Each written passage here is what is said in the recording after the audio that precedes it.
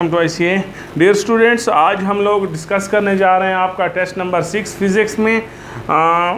ICA में जो आपका ईटा पैटर्न टेस्ट हुआ है तो उसको हम डिस्कस करने जा रहे हैं। Be careful. फिज़िक्स में हम लोग 4th चैप्टर पे थे, वर्क एंड एनर्जी, और उसका मैंने आपको टेस्ट असाइन किया था और उम्मीद है आपने अच्छा टेस्ट किया होगा।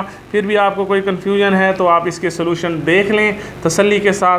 पहला क्वेश्चन दिया हुआ है कि a stationary particle explode into particle of masses m1 and m2 which move in opposite direction with velocity v1 and v2, ratio of their kinetic energies। ये बताना था। नंबर है आपके पास है 1 MCQ नंबर कि जब एक पार्टिकल एक्सप्लोड हुआ और वो m1 और m2 पार्टिकल में तकसीम हो गया, तब्दील हो गया और वो दोनों पार्टिकल अपोजिट डायरेक्शन में गए, तो हमें पता है यहाँ पर जो लॉ होल्ड करता है वो law of conservation of momentum है, और कि इन दोनों पार्टिकल का मोमेंटम इक्वल एंड अपोजिट होगा, तो लिहाजा इनका सम जो है वो ज़ीरो होगा। मोमेंटम का इनिशियल मोमेंटम चूँकि ज़ीरो है तो फाइनल मोमेंटम भी ज़ीरो होगा। तो इसमें इक्वल मोमेंटम केस चल रहा है। इसका मतलब है ये दोनों पार्टिकल इक्वल मोमेंटम के साथ जाएंगे। तो इसमें मैंने और इसकी वेलोसिटी फ़र्ज़ करें v2 कहा है, इसकी वेलोसिटी v1 कहा है, तो किनेटिक एनर्जीज़ की रेशो पूछ रखी है। तो डियर स्टूडेंट, नेगेटिव साइंस सिर्फ वेक्टर नेचर के लिए इसको यूज़ नहीं करते। मोमेंटम किस चीज़ के इक्वल होता है? 2m1 into kinetic energy of the first particle, और दूसरे particle momentum mass of second particle और kinetic energy of the second particle, और दोनों तरफ स्क्वायर ले लें।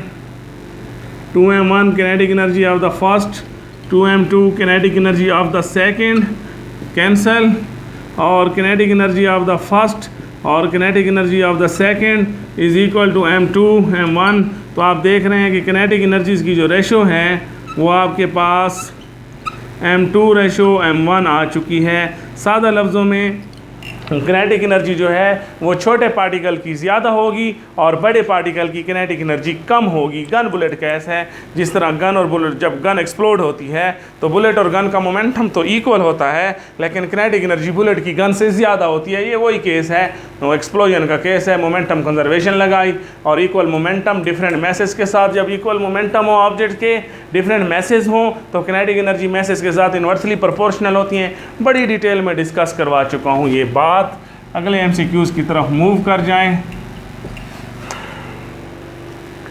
अगले MCQs में मैंने डिस्कस किया है कि acceleration due to gravity on a planet is 9 time the acceleration due to gravity on planet B. यानी कि आपके पास प्लैनेट ए है और एक प्लैनेट बी है, उसमें जो एक्सेलरेशन है बी प्लैनेट पे, वो उसका एक्सेलरेशन जो है वो 9 टाइम जो है ज़्यादा है उस एक्सेलरेशन के। मतलब है इसका एक्सेलरेशन अगर g है तो उसका एक्सेलरेशन 9g है फ्री फॉल का, बी प्लैनेट का, ये ए प्लैनेट का। ये एक बात की गई है, 2 प्लैनेट हैं। तो पूछ रहे हैं कि इसमें पूछा गया है कि what is the height of the jump of the same person on planet B, कि a man jump to the height 2 metre on planet A planet पे वो कितने मीटर जंप करता है? 2 मीटर। तो इस पे वो कितने मीटर जंप करेगा? तो आपको पता होना चाहिए कि जो हाइट होती है, हाइट जो होती है वो आपके पास v² ओवर 2g के हिसाब से, अगर आप देखें वर्टिकल डिस्टेंस है, वर्टिकल हाइट है, मैक्सिमम हाइट का फार्मूला है, थर्ड इक्वेशन ऑफ मोशन से निकाला है, कोई रॉकेट साइंस नहीं है इसमें। तो आप देख रहे हैं कि हाइट जो है वो ये सब कुछ कांस्टेंट है, सेम इनिशियल वेलोसिटी से जंप लगाया है, तो हाइट जो है वो g के साथ डिपेंड करती है। तो प्लैनेट ए पे हाइट ये है, तो प्लैनेट बी पे हाइट क्या होगी प्यारे बच्चों? g/9 होगी। तो g/9 का मतलब ये है कि 9 time of height of planet A होगी। अब प्लैनेट ए पे कितना उठा है? ये 9 है। प्लैनेट ए पे 2 मीटर गया था, तो 2 और 9 कितना हो जाएगा? 18 मीटर। आसान लफ्ज़ों में बात है कि g के साथ चूँकि इन्वर्सली प्रोपोर्शनल है तो उधर 9 टाइम ज़्यादा हाइट होगी। इस प्लैनेट पे 2 मीटर है तो 9 टाइम 2 का कितना होता है? 18 मीटर। आसान आंसर है, लिहाजा इसका ऑप्शन। अच्छा, इसमें मैंने ऑप्शन नहीं लिखा था, ए में ऑप्शन आपके पास पहला ऑप्शन है, इसका ऑप्शन जो है स्टूडेंट कहते हैं कि ऑप्शन साथ लिखा करें, बी ऑप्शन है। दूसरे MCQs का बी ऑप्शन है, ए प्लैनेट पे 2 मीटर ऊपर गया, जिस प्लैनेट में जी की वैल्यू 9 टाइम कम है तो वो वहाँ पर 18 मीटर ऊपर जाएगा। कहानी कंप्लीट। अगले क्वेश्चन की तरफ मूव करते हैं।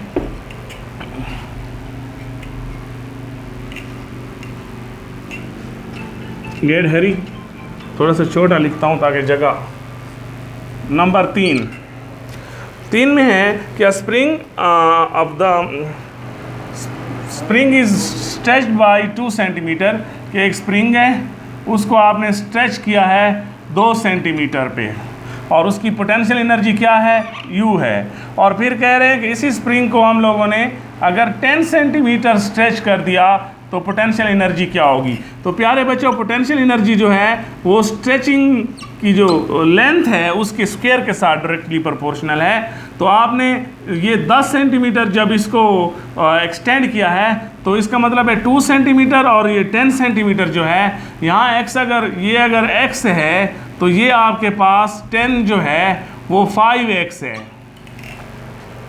ज़ाहिर है 10 जो है वो 2 से 5 टाइम्स ज़्यादा है। तो यहाँ अगर पोटेंशियल एनर्जी U है पहले केस में, तो वहाँ फिर पोटेंशियल एनर्जी क्या होगी प्यारे बच्चों, 5x के केस में तो 25 हाफ kx² हो जाएगी। तो इसका मतलब है पोटेंशियल एनर्जी 25U हो जाएगी।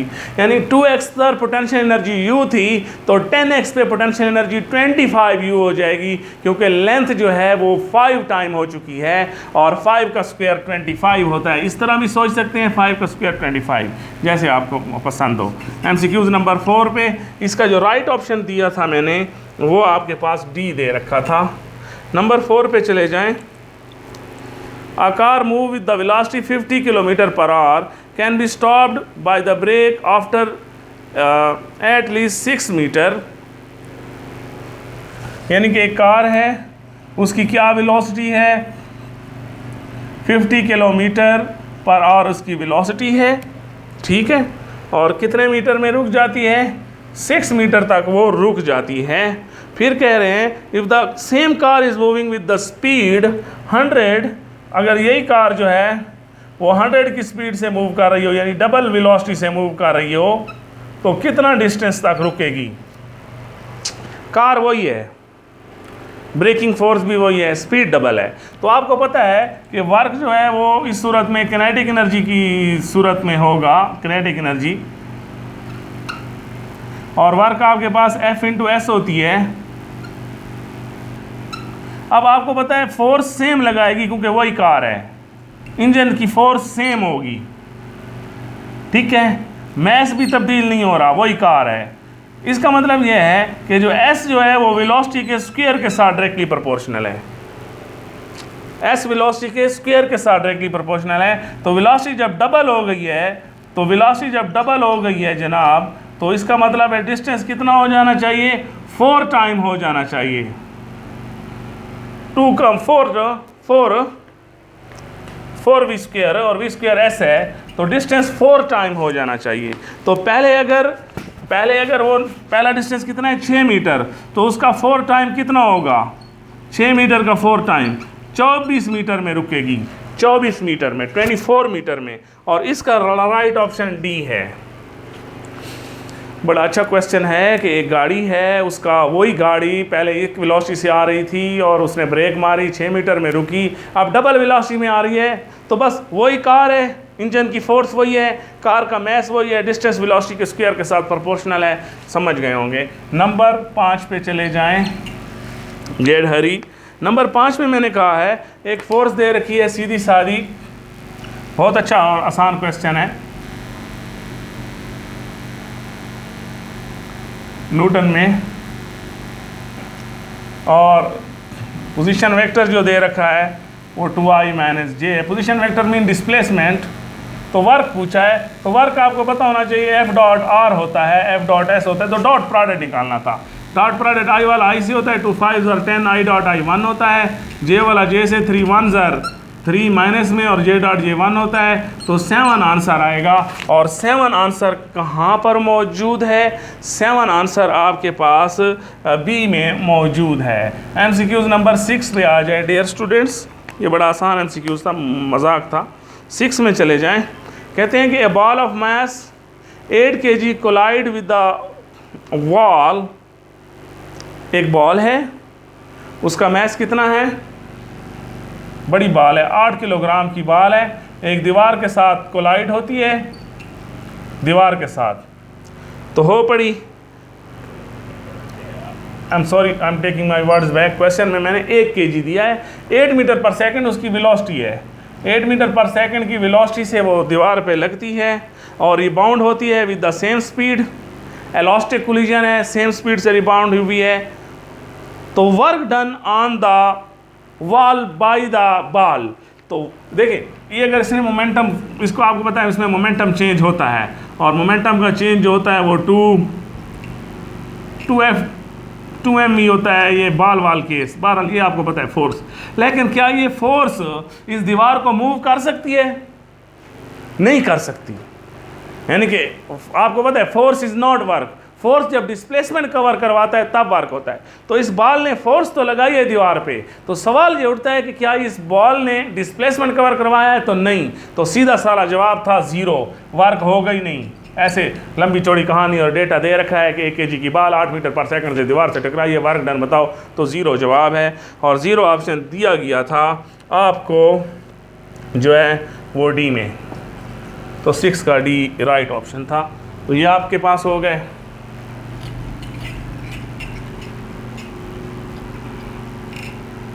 नंबर 7 पे जाएं। 7 क्वेश्चन में ये कहा गया है, energy required to accelerate a car with velocity from the rest. एक कार है, उसको आप रेस्ट से, यानी कि उसकी वेलोसिटी 0 मीटर पर सेकंड से कितनी करते हो? 10 मीटर पर सेकंड। उसके लिए किनेटिक एनर्जी जो दरकार होती है या एनर्जी या जो वर्क करते हैं वो ई है। फिर कह रहे हैं कि अगर हम इसको 10 मीटर पर सेकंड से 20 मीटर पर सेकंड तक एक्सेलरेट करें तो यहाँ पर एनर्जी की वैल्यू जो है वो बताओ। अच्छा क्वेश्चन है, अच्छा क्वेश्चन है।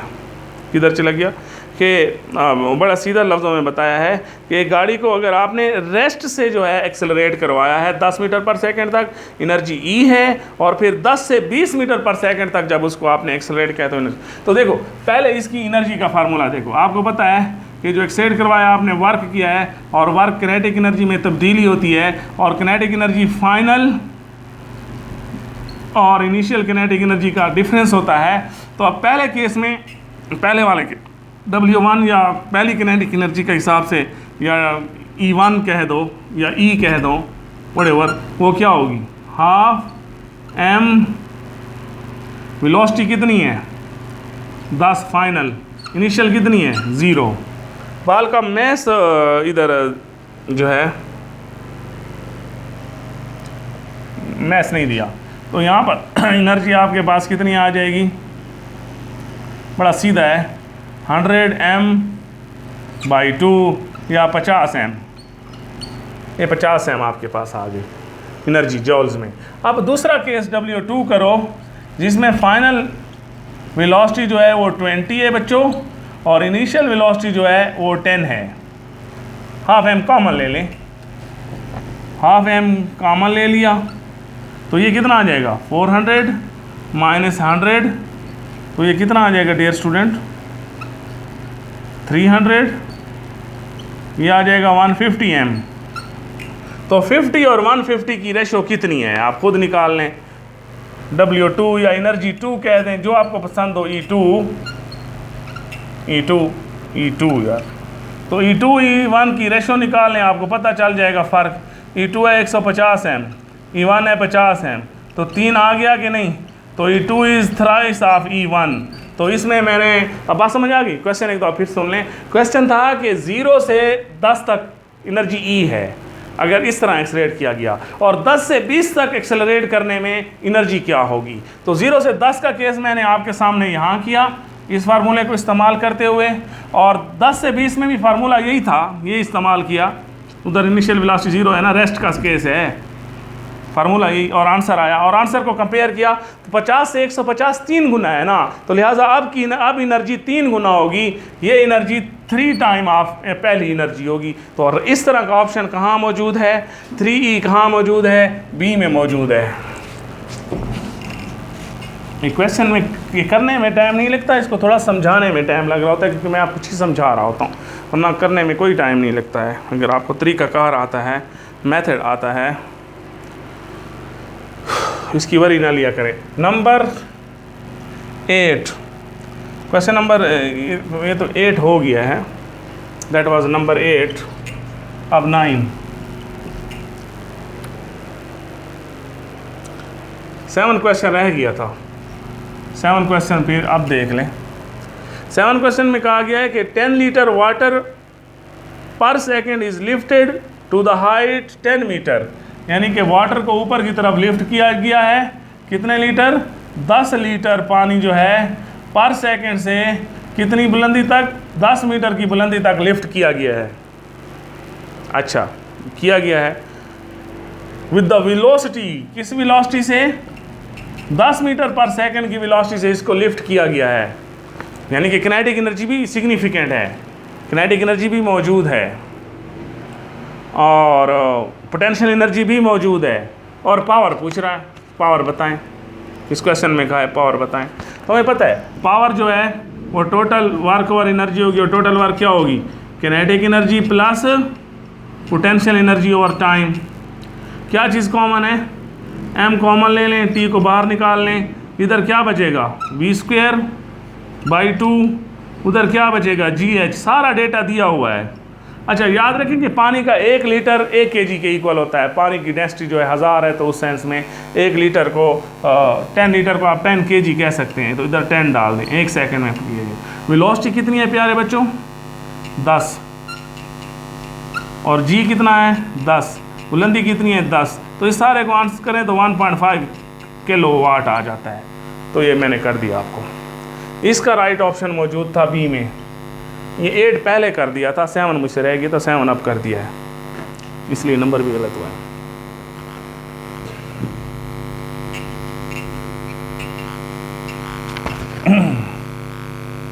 8 हो गया ऑलरेडी, 7 हो गया, तो अब 9 की बारी है। 9 क्वेश्चन को देखें, इसमें क्या है, if a force acting on a body is inversely proportional to velocity, कि फोर्स अगर वेलोसिटी के साथ इनवर्सली प्रोपोर्शनल हो, then kinetic energy required by the body in time t is proportional to. तो इस वक्त किनेटिक एनर्जी फिर time के साथ किस तरह प्रोपोर्शनल होगी, यानी कि जब फोर्स और वेलोसिटी इनवर्सली प्रोपोर्शनल हो, तो किनेटिक एनर्जी टाइम के साथ, टाइम की किस पावर के साथ रिलेट करेगी, टाइम के ऊपर किनेटिक एनर्जी कैसे डिपेंड करेगी। तो अगर आप एक लम्हे के लिए ऐसा कर दें, इस इक्वेशन को दोनों तरफ डिस्प्लेसमेंट से मल्टीप्लाई कर दें, आपको पता है फोर्स वर्क है, और कंजर्वेटिव फील्ड में वर्क किनेटिक एनर्जी की शक्ल में या उसकी तब्दीली की शक्ल में अपेयर होता है, तो ये किनेटिक एनर्जी बन जाएगी। और वेलोसिटी किस चीज़ की इक्वल होती है, डिस्टेंस ओवर टाइम, पता है सारे महल्ले वालों को ये बात, डिस्टेंस कैंसल, तो किनेटिक एनर्जी किस तरह टाइम के साथ डायरेक्टली प्रोपोर्शनल हो जाएगी। एक अच्छा क्वेश्चन है कि फोर्स वेलोसिटी के साथ इनवर्सली प्रोपोर्शनल है, तो किनेटिक एनर्जी टाइम के साथ किस तरह प्रोपोर्शनल होगी। तो फोर्स वेलोसिटी, फोर्स से मल्टीप्लाई कर दिया, किनेटिक एनर्जी बना दी, डिस्टेंस पुटिंग कर दी, और आपके सामने हो गया जो भी आपके सामने है। ये वाला नंबर आपके पास मौजूद था बी में, नंबर 9। नंबर 10 पर आ जाइएगा प्लीज़। 10 में कहा गया है, a 10 metre long chain of the linear mass 8 kg is hanging from the rigid support, यानी कि एक चेन है, चेन जिस तरह होती है whatever 8 किलोग्राम की चेन है, एक रिजिड सपोर्ट के साथ हैंग की गई है, उसकी लंबाई दी है 10 मीटर चेन है, ठीक है जी। तो हो पड़ी, the power required to lift the chain up to the support in 10 second. तो पावर बतानी है, आपको पता है किसी चीज़ को ऊपर लिफ्ट करने में पावर हमारे पास पोटेंशियल एनर्जी ओवर टाइम होती है। तो मैस कितना है 8, जी कितना है 10, एच कितना है लंबाई 10, और टाइम कितना है कितने सेकंड फरमाए गए हैं? 10 सेकंड। कैंसिल हो जाएगा ये आपके पास।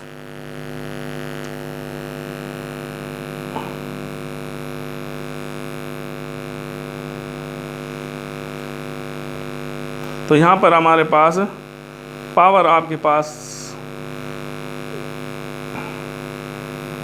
जी की वैल्यू दी है, एच की वैल्यू दी है, 8 kg मैस है, 10 मीटर लंबी चेन है। तो आंसर मेरे पास आ रहा है 80 वाट। 80 वाट का ऑप्शन यहाँ पर मौजूद क्यों नहीं है? ये 10 metre long chain, iron chain, linear mass 8 kg, height hanging from the support. तो इसमें ऑप्शन शायद गलती हुई है इस क्वेश्चन में। फिर 80 वाट आंसर आना चाहिए था, इसमें थोड़ा गलती हुई है। क्वेश्चन को अगर आप देख लें, एक बार आपकी खातिर मैं फिर रीड आउट कर लेता हूँ कि 10 मीटर लॉन्ग आयरन चेन है ऑफ लीनियर मैस। असल में इसमें मसला हुआ है कि इस क्वेश्चन को थोड़ा मैंने मॉडिफाई किया था, तो इन्होंने उसमें लिखने में भी मसला है। ऑफ मैस होता है लीनियर मैस डेंसिटी में केस में पहले ये क्वेश्चन बनाया गया था, तो इसको मैंने मॉडिफाई किया था थोड़ा सा। तो बहरहाल उसमें है कि then power required to lift the chain 1 second, उसको उठाने में जो पावर चाहिए तो वो आपके पास mgh/t होगी।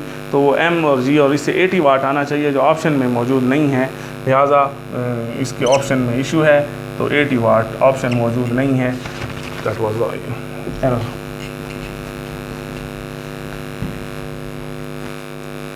इस क्वेश्चन पे आप आ जाएं, क्वेश्चन नंबर 11 पे जल्दी पे कि a pump or motor is used to deliver the water to the certain rate from given pipe to obtain the thrice as much water at the same pipe in the same time. Power क्या होगी? इस बात को अब हम लोगों ने समझना है कि एक पंप है, वो एक मैस को लिफ्ट करता है एक, और उसी टाइम में अगर वो 3 टाइम मैस को लिफ्ट करे तो देखो पावर लिफ्टिंग के लिए फार्मूला आपको अच्छी तरह पता है, mgh/टाइम होता है। तो टाइम वही रखना है उसी रेट पे। To obtain thrice as much water, 3 गुना वाटर को आपने उससे लिफ्ट करना है, 3 गुना वाटर आपने लिफ्ट करना है, सेम हाइट। तो पावर क्या होगी मोटर की? सेम टाइम में 3 गुना वाटर आपने लिफ्ट करना है, 3 टाइम। तो पावर बतानी है उसकी। तो अब अगर आप इस बात को देखें तो पावर जो आप उसको इस्तेमाल कर रहे हैं, अगर हम उसको फर्ज करें in term of kinetic energy check करते हैं, लिफ्ट करने के लिए किनेटिक एनर्जी चेक करते हैं, तो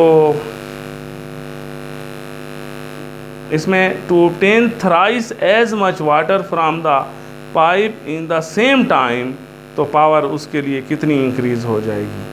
तो जब आप उसको थ्राइस मैस को 3 गुना करना चाहते हैं उसी टाइम के अंदर, तो उसकी उठाने की वेलोसिटी भी आपने 3 गुना करनी होगी, वेलोसिटी भी 3 टाइम करनी होगी जब मैस को 3 टाइम करना चाहते हैं सेम टाइम में।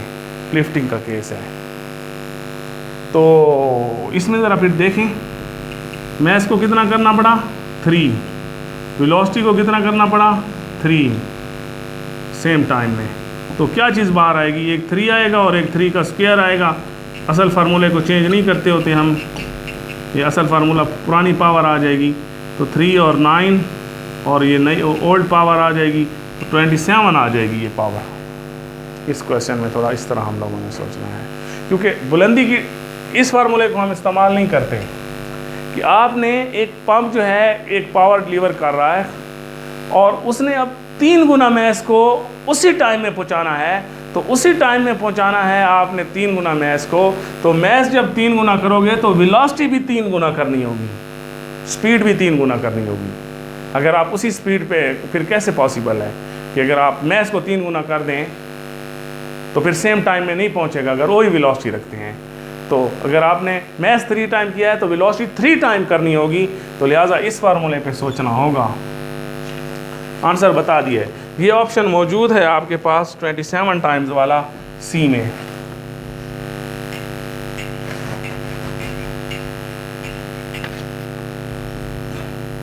MCQ नंबर 11 हो गया। 12 में देखिए please, a bomb of mass 9 kg is rest and explode into 2 pieces of mass. एक बॉम्ब है, उसका अपना मैस कितना है 9 kg, और 2 पीसेज में एक्सप्लोड हुआ है। एक पीस 3 किलोग्राम का है और दूसरा पीस जो है वो 6 किलोग्राम का है, इसमें एक्सप्लोड हुआ है। तो इसमें वेलोसिटी जो है, वेलोसिटी ऑफ 3 kg जो है, इस वाली की वेलोसिटी है 16 in मीटर पर सेकेंड। तो किनेटिक एनर्जी जो है वो इसकी बतानी है, इसकी वेलोसिटी नहीं बतानी, किनेटिक एनर्जी। हमें पता है एक्सप्लोजन में मोमेंटम कंजर्व होगा, m1v1 is equal to m2v2। तो m1 आपके पास कितना है 3, v1 कितना है 16, m2 कितना है 6, v2 हमें नहीं पता। v2 निकालेंगे तो उसकी किनेटिक एनर्जी निकालेंगे ना, तो v2 यहाँ से निकाल लें v2, तो ये 18/6 आ जाएगा और v2 आपके पास आ जाएगी 3 मीटर पर सेकेंड। तो आप kinetic energy of second particle क्या आ जाएगी, हाफ m2v2 का स्क्वायर। m2 कितना है प्यारे बच्चों 6, और वेलोसिटी 2 कितनी है ये। तो अब ये कहानी ख़त्म हो चुकी है, ये आपके पास 3 हो चुका है, ये 9 हो चुका है, ये 27 हो चुका है। तो यहाँ पर जो इसका आंसर है वो आपके पास,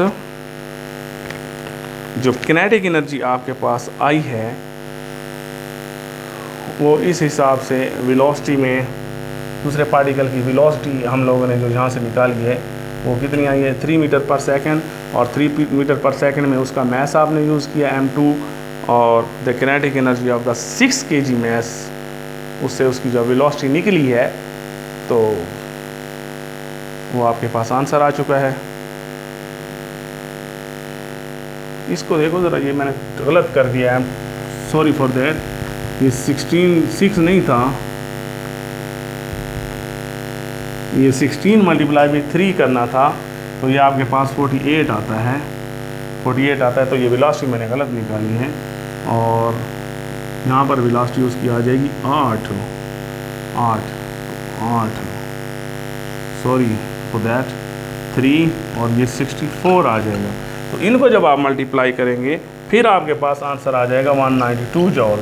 तो ये थोड़ा सा मुझसे जल्दी में कहते हैं हरी मिक्स करी, v2 मैंने जल्दी में गलत की, इसको 6 समझा था और 18 कर बैठा था, ये 48 था। 16 3 48, और 48 को 6 पे डिवाइड किया तो 8 वेलोसिटी आई। और ये मतलब है आपको ट्रिक पता चल गया है कि इस चीज़ से मोमेंटम कंजर्वेशन से वेलोसिटी निकालनी है दूसरे पार्टिकल की, और उस वेलोसिटी से फिर उसकी किनेटिक एनर्जी निकाल लेनी है।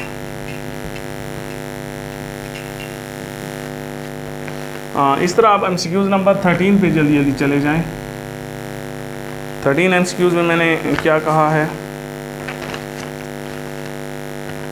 2 bodies A and B having the masses ratio 1:4, mess की रेशो देख लें, m1 मतलब है 1:4 है, तो यूँ चलेगी कहानी, मैं डायरेक्ट लिख रहा हूँ। m1 मैसेज की रेशो m1:2 1:4 कहा हुआ है। फिर कहा हुआ है कि जी किनेटिक एनर्जीज़ की रेशो जो है वो 4:1 है, किनेटिक एनर्जीज़ की रेशो। यूँ मैं लिख दूँ, रेशो में लिखो या यूँ लिखो। तो पूछा है लीनियर मोमेंटम की रेशो बताओ ए और बी पार्टिकल की, इसको ए और इसको बी का नाम दिया है। तो लीनियर मोमेंटम की रेशो बताओ। तो लीनियर मोमेंटम आपको पता है ये उसकी कहानी है, और ये दूसरी बॉडी की लीनियर मोमेंटम की कहानी है। 2 से 2 कैंसिल कर दें। m1 कितना है प्यारे बच्चों 1, किनेटिक एनर्जी 1 कितनी है 4, m2 कितना है 4, और किनेटिक एनर्जी 2 कितनी है 1, पुटिंग कर दें 1 आंसर आने वाला है। तो मोमेंटम की रेशो जो है ए और बी या 1 2 की मोमेंटम की रेशो 1:1 होगी या 1 होगी, और इस तरह का ऑप्शन आपके पास मौजूद है सी में 1:1। ये बड़ा अच्छा है कि मैसेज और किनेटिक एनर्जीज की रेशो जब एक दूसरे के साथ उलट हो तो उस वक्त मोमेंटम इक्वल होते हैं। ये कहानी कंप्लीट की है मैंने। MCQs नंबर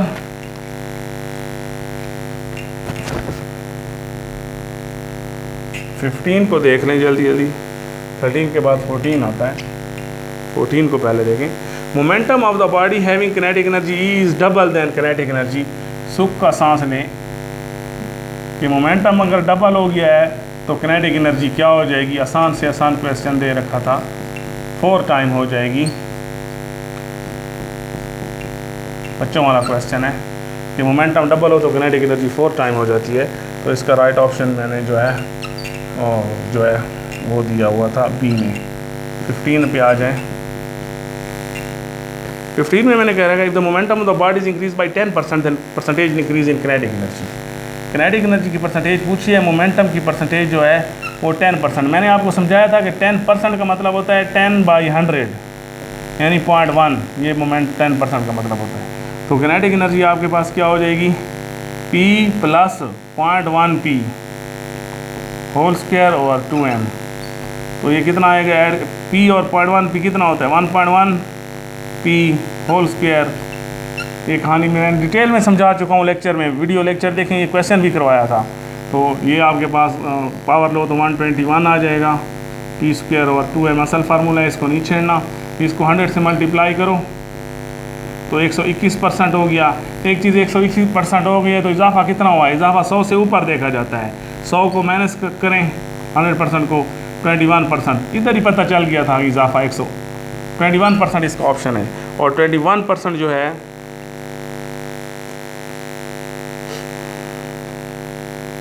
वो मौजूद है बी में। बी MCQ नंबर 15 का बी ऑप्शन है। डियर स्टूडेंट्स 16 क्वेश्चन को देखें। 16 क्वेश्चन में कह रहे हैं कि a moving car encounter air resistance which is proportional to square of speed. कि रेजिस्टेंस जो है फोर्स, रेजिस्टिव फोर्स वो स्पीड के स्क्वायर के साथ डायरेक्टली प्रोपोर्शनल है। तो फिर बताना है रेशियो ऑफ द पावर, बताना है रिक्वायर्ड एट 40 km/h टू 80, यानी कि 40 km/h से 80 km/h जो है तक वेलोसिटी हो जाती है V1। और ये V1 अगर V है तो V2 जो है वो डबल है। वेलोसिटी डबल होने पर जो है पावर की रेशियो बतानी है। और for the same braking force उनके लिए सेम है, मतलब है उसी फोर्स पर। अब आपको पता है फोर्स वेलोसिटी और पावर जो होती है वो फोर्स इंटू वेलोसिटी होती है। और फोर्स की अगर ये वैल्यू पुट कर लें, फोर्स वेलोसिटी के हिसाब से प्रोपोर्शनल है। कांस्टेंट, इधर कांस्टेंट लगा लें, F = kV। के मैथ होता है वैसे, जो भी है के मैथ नहीं, जो भी हो सकती है वेलोसिटी क्वांटिटी है व्हाटएवर। तो यहाँ पर पावर जो है वो kV³ आ जाएगी। इसका मतलब है पावर वेलोसिटी के क्यूब के साथ प्रोपोर्शनल है। अगर P1 जो है वो V वेलोसिटी पर है तो P2 जो है उसकी वेलोसिटी जब डबल हो गई है तो डबल की पावर 3 कितनी हो जाएगी, 8 टाइम। तो इसका मतलब है पावर की रेशियो जो है वो 1:8 हो चुकी है। इस कॉन्सेप्ट को ध्यान में रखें जो मैंने बनाया है कि फोर्स वेलोसिटी के स्क्वायर के पास प्रोपोर्शनल है और पावर तो वेलोसिटी के साथ होती है। तो फोर्स वाला वेलोसिटी का स्क्वायर और वेलोसिटी वाला वेलोसिटी क्यूब। तो पावर इस सूरत में जो है पावर जो है वो वेलोसिटी के स्क्वायर नहीं, वेलोसिटी के क्यूब के साथ डायरेक्टली प्रोपोर्शनल होती है। आम तौर पे हमें पता है कि पावर जो होती है वो FV होती है ना, जनरल बात है। और फोर्स डायरेक्ट फोर्स वेलोसिटी की 1 पावर के साथ प्रोपोर्शनल होती है, लेकिन बहुत हाई स्पीड पे वो वेलोसिटी के स्क्वायर के साथ भी प्रोपोर्शनल होती है। तो ये कहानी कंप्लीट हो गई। नंबर 17 को देखें। 17 क्वेश्चन में कहा गया है कि automobile move with the velocity. एक ऑटोमोबाइल है और 30 km/h की वेलोसिटी के साथ ट्रैवल कर रही है। स्टॉप्ड इन 8 मीटर, 8 मीटर के अंदर जो है वो रुक जाती है, डिस्टेंस कवर करती है applying brake. If the same automobile was travelling at 60 km/h, double velocity के साथ ट्रैवल कर रही है, then with same braking power. तो इस सूरत में ऑटोमोबाइल जो है can be stopped within the distance. तो उसका डिस्टेंस बताना है कि वो किस डिस्टेंस पर जो है वो स्टॉप होने जा रही है। तो इस चीज़ को आपने देखना है। तो ये वही बात है कि अगर सेम ब्रेकिंग पावर है या सेम ब्रेकिंग, तो आपको पता होना चाहिए कि फोर्स जो है एफ एस जो है वो आपके पास हाफ एम वी स्क्वायर होता है, वर्क जो है हाफ एम वी स्क्वायर होता है। तो इस सूरत में जो डिस्टेंस आपके पास आ रहा है और सेम ऑटोमोबाइल है, पहले कितने डिस्टेंस में उसने ब्रेक लगाई, S1 डिस्टेंस आपके पास 8 टाइम था, 8 टाइम। अब आपके पास अगर सेम फोर्स है, सेम ऑटोमोबाइल है, तो डिस्टेंस वेलोसिटी के स्क्वायर के साथ प्रोपोर्शनल हो जाएगा। और जब वेलोसिटी आपके पास डबल हो चुकी है, ये डबल है ना, तो यहाँ पर डिस्टेंस जो है वो 4 आ जाएगा 4 के हिसाब से, यानी कि अब डिस्टेंस 4 टाइम हो जाएगा। और 4 8 के फिर कितने टाइम है खुद बता दें। 4 is how much time of 8, 32 metre. ये इस तरह का क्वेश्चन पहले भी एक दिया हुआ है। अगर आप इस पर सोच करें कि वेलोसिटी है, डिस्टेंस है, और वही गाड़ी है, वही ब्रेक लगा रही है, डबल वेलोसिटी के साथ ब्रेक लगाई है और डबल वेलोसिटी के साथ ब्रेक लगाई है, तो आपको अच्छे से पता होना चाहिए कि वो डबल का जो स्क्वायर है वो 4 होता है, 4। और 4 में पहला डिस्टेंस 8 है और 4 8 32 आंसर आ जाएगा। और इसमें डी ऑप्शन मौजूद है। 16 का ऑप्शन मैंने शायद नहीं लिखा था, 16 में ऑप्शन जो मैंने राइट ऑप्शन बना के दे रखा था वो बी था। 16 में बी बना के दे रखा था, इसमें डी है, आंसर भी बना दिया, सब कुछ आपके सामने है। नेक्स्ट क्वेश्चन की तरफ आप मूव कर जाएं। नंबर 18। नंबर 18 में कहा गया है जनाब कि a person pushes a block, एक पर्सन है इतने ब्लॉक को पुश कर रहा है, ये कोई ब्लॉक तो नहीं है, कोई चट्टान लगती है, इसको कौन पुश कर सकता है? कोई पुश नहीं कर सकता, पर्सन मर्सन, कोई जिन भूत ना हो तो जब इसको पुश नहीं कर सकता तो ये डिस्प्लेसमेंट नहीं करेगा, डिस्प्लेसमेंट नहीं करेगा तो वर्क नहीं करेगा। इसमें वर्क पूछा हुआ है। क्वेश्चन की स्टेटमेंट अगर कहते हैं तो पढ़ लेता हूँ। पुशेज, जिस इस ब्लॉक को पुश करता है, अप्लाइंग द फोर्स 10 न्यूटन और 4 सेकंड तक अप्लाई करता है, तो वर्क बताओ। 10 न्यूटन फोर्स इस ब्लॉक का क्या बिगाड़ेगी? डिस्प्लेसमेंट नहीं होगा, वर्क नहीं होगा। 0 वाला ऑप्शन सेलेक्ट करना था, 0 जूल बी में मौजूद है।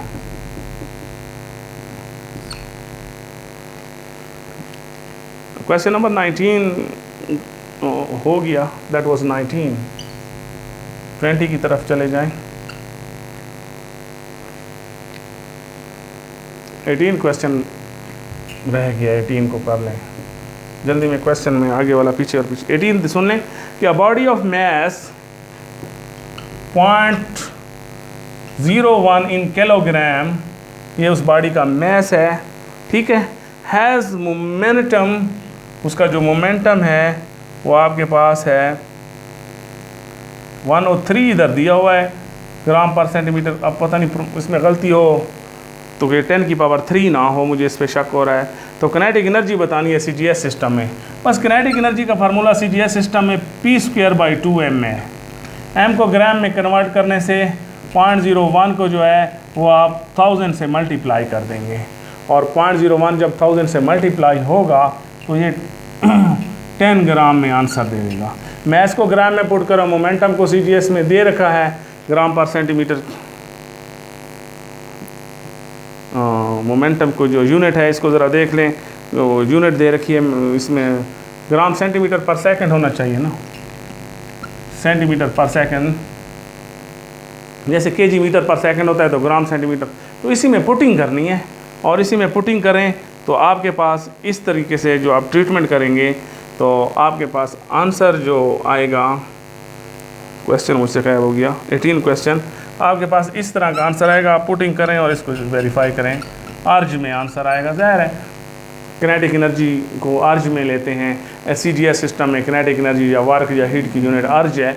तो ये आपके पास बड़ी कोई रॉकेट साइंस नहीं है, बस मैस और मोमेंटम दिया हुआ था CGS सिस्टम में, बस ट्विस्ट यही था। पहला SI में दिया था, CGS में बनाओ, पुट करो, इसको वेरीफाई कर लो इसमें, पुटिंग करें कि अब यहाँ पर मुझे थोड़ा सा डेटा में शक है कि ये 103 है या 10 की पावर 3 है, ज़रा चेक कर रहे हैं इस तरह का आंसर कहाँ आता है। तो इस तरह के आंसर में आपके पास ए ऑप्शन आएगा। नंबर 19 ऑलरेडी हो चुका है, 20 की तरफ चले जाएं। Question number 20 dear students, a motor boat is moving with the constant speed 5 metre per second. 5 metre per second के साथ एक मोटर बोट ट्रैवल कर रहा है। Encounter the water resistance, water की जो रेजिस्टिव फोर्स है वो 1000 न्यूटन इनकाउंटर कर रही है। पावर बतानी है, बहुत आसान क्वेश्चन था, पावर एफ वी होता है। इनको मल्टीप्लाई करें तो 5 × 10 की पावर 3 वाट आंसर में आ जाएगा, और ये इसको हम 5 किलोवाट भी कह सकते हैं।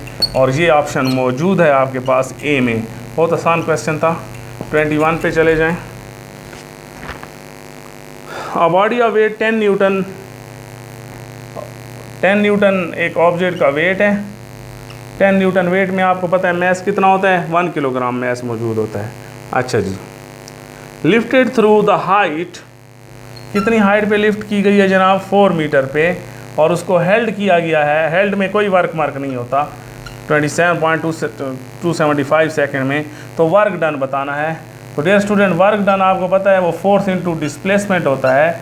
फोर्स यहाँ वेट है और डिस्प्लेसमेंट एच है, यानी कि वेट आपको दे रखा है 10 और एच आपको दे रखा है 4, तो 40 जो है वो जॉल आंसर था, 40 जॉल, और 40 जॉल डी में मौजूद है। बहुत आसान क्वेश्चन था, सिर्फ ये ऐसे होल्डिंग का टाइम दिया गया ऐसे करने के लिए, तो इस टाइम का कोई फ़ायदा नहीं है। तो आप किसी चीज़ को जब किसी हाइट तक लिफ्ट करते हैं तो वेट के बराबर फोर्स लगाते हैं, वो एफ और उसका डिस्प्लेसमेंट एच आपको वर्क दे देता है।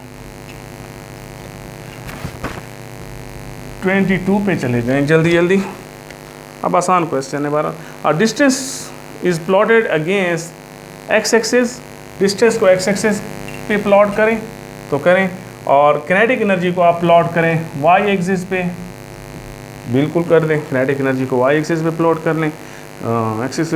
तो स्लोप ऑफ द ग्राफ आपके पास क्या होगा, तो जो स्लोप है आपको पता है स्लोप परपेंडिकुलर और बेस होता है। परपेंडिकुलर पे आपके पास किनेटिक एनर्जी और बेस पे डिस्प्लेसमेंट है। किनेटिक एनर्जी वर्क के साथ इक्विवेलेंट होती है, वर्क के साथ इक्विवेलेंट होती है।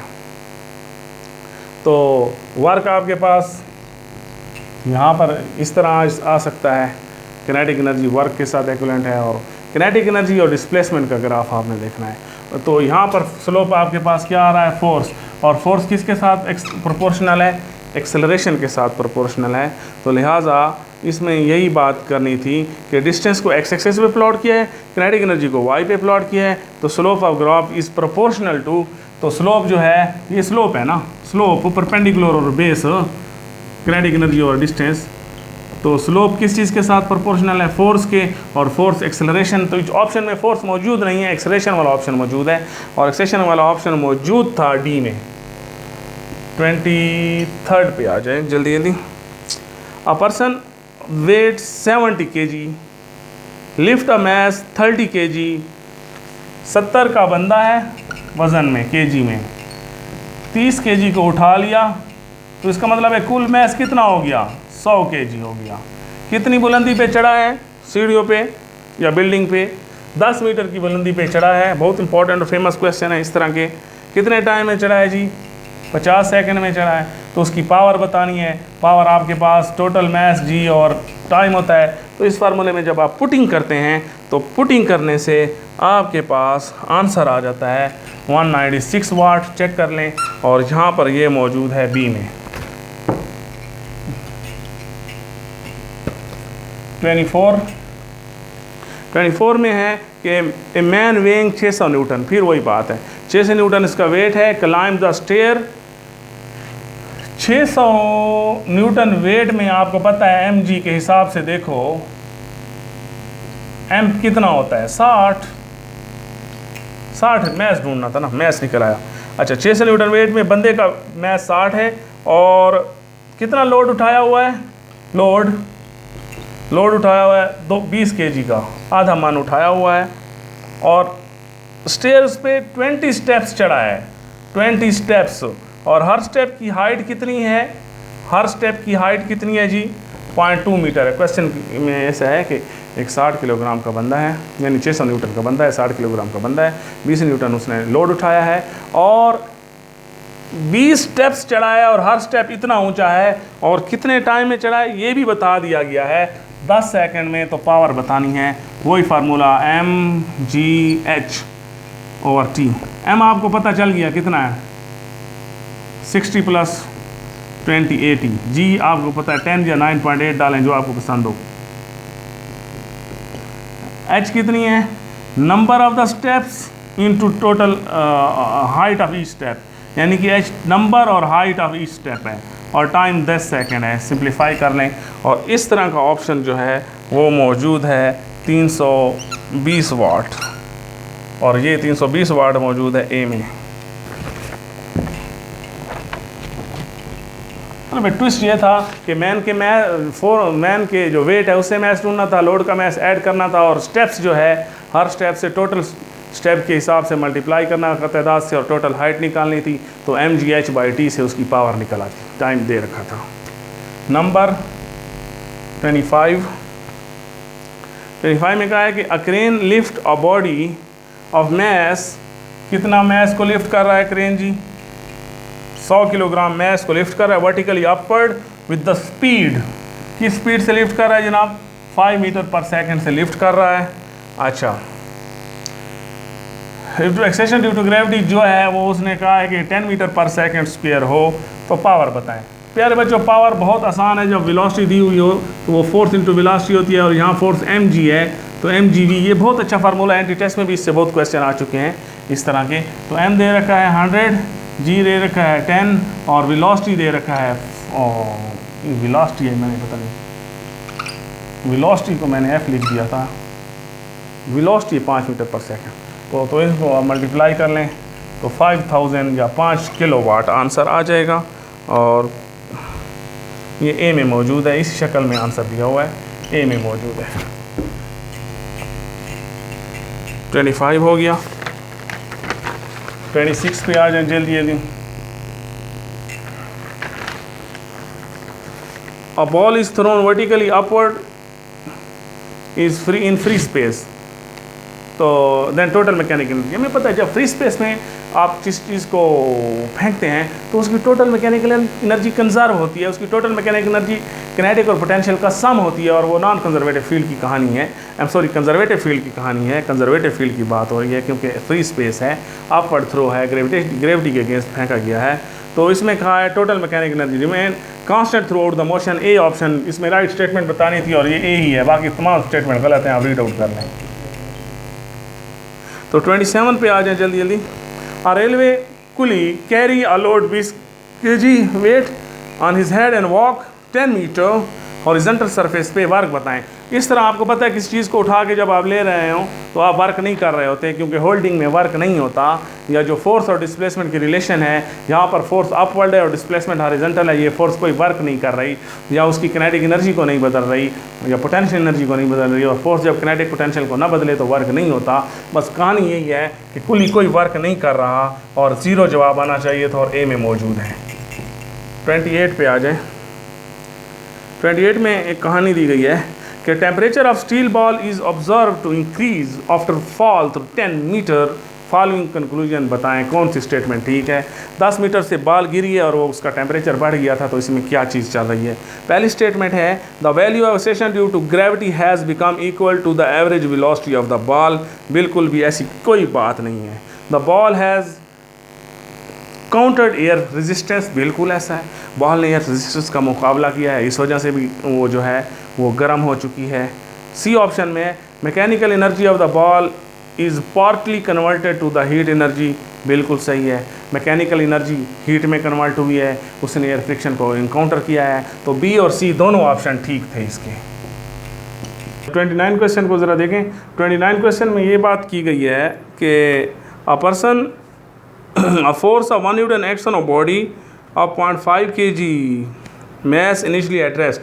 0.5 kg का mass है, रेस्ट पे है इनिशली, और उस पर 1 न्यूटन की फोर्स लगी है, सीधी सादी बात की है। अच्छा, द रेशियो ऑफ वर्क बताना है in first second and third second. यानी कि पहले सेकंड का वर्क की रेशो, दूसरे सेकंड और तीसरे सेकंड की वर्क की रेशो।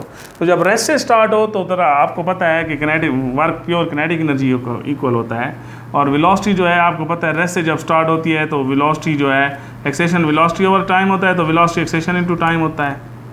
तो यहाँ पर एक्सेलरेशन की वैल्यू जो है वो एक ख़ास फोर्स लगी है, उस हिसाब से मैस पे फोर्स लग रही है कांस्टेंट, तो उस हिसाब से एक्सेशन भी कांस्टेंट होगा। तो उस एक्सेशन की वैल्यू जो है ये कांस्टेंट है ma। ये सारा फैक्टर यानी कि वर्क जो है वो टाइम के स्क्वायर के साथ डायरेक्टली प्रोपोर्शनल है, टाइम के स्क्वायर के साथ। और टाइम जो है वो हमारे पास S/V की रेशो होता है, S/V की रेशो होता है। तो इसका मतलब है टाइम डिस्टेंस के स्क्वायर के साथ। और आपको पता है nth सेकंड का डिस्टेंस आपको याद है, पहले सेकंड का डिस्टेंस, दूसरे सेकंड का, तीसरे सेकंड का।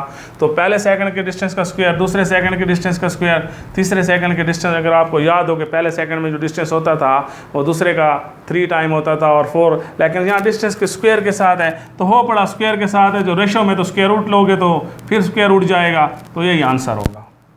यानी पहले, दूसरे और तीसरे सेकंड का जो वर्क है वो उसी तरह होगा जो पहले सेकंड का डिस्टेंस है और दूसरे सेकंड और तीसरे सेकंड का डिस्टेंस है, रेशियो में उसी तरह होगा और वैल्यू में उसके स्क्वायर के हिसाब से होगा। यानी कि आपको पता है ना, ये बात हम ऑलरेडी फ्री फॉल वाले चैप्टर में उधर वाला वीडियो लेक्चर देख लें, उसमें हम डिटेल में डिस्कस कर चुके हैं कि पहले सेकंड दूसरे सेकंड का डिस्टेंस, तो डिस्टेंस के हिसाब से ये ऑप्शन बनता है। आखिरी MCQs 30 पे चले जाएं। A tennis ball drop from the height of 2 metre, 2 metre की हाइट से उसको गिराया गया टेनिस की बॉल को, और वापस वो 1.5 मीटर गई है, पूरा मीटर 1.5 मीटर, यानी कि 2 मीटर, यानी कि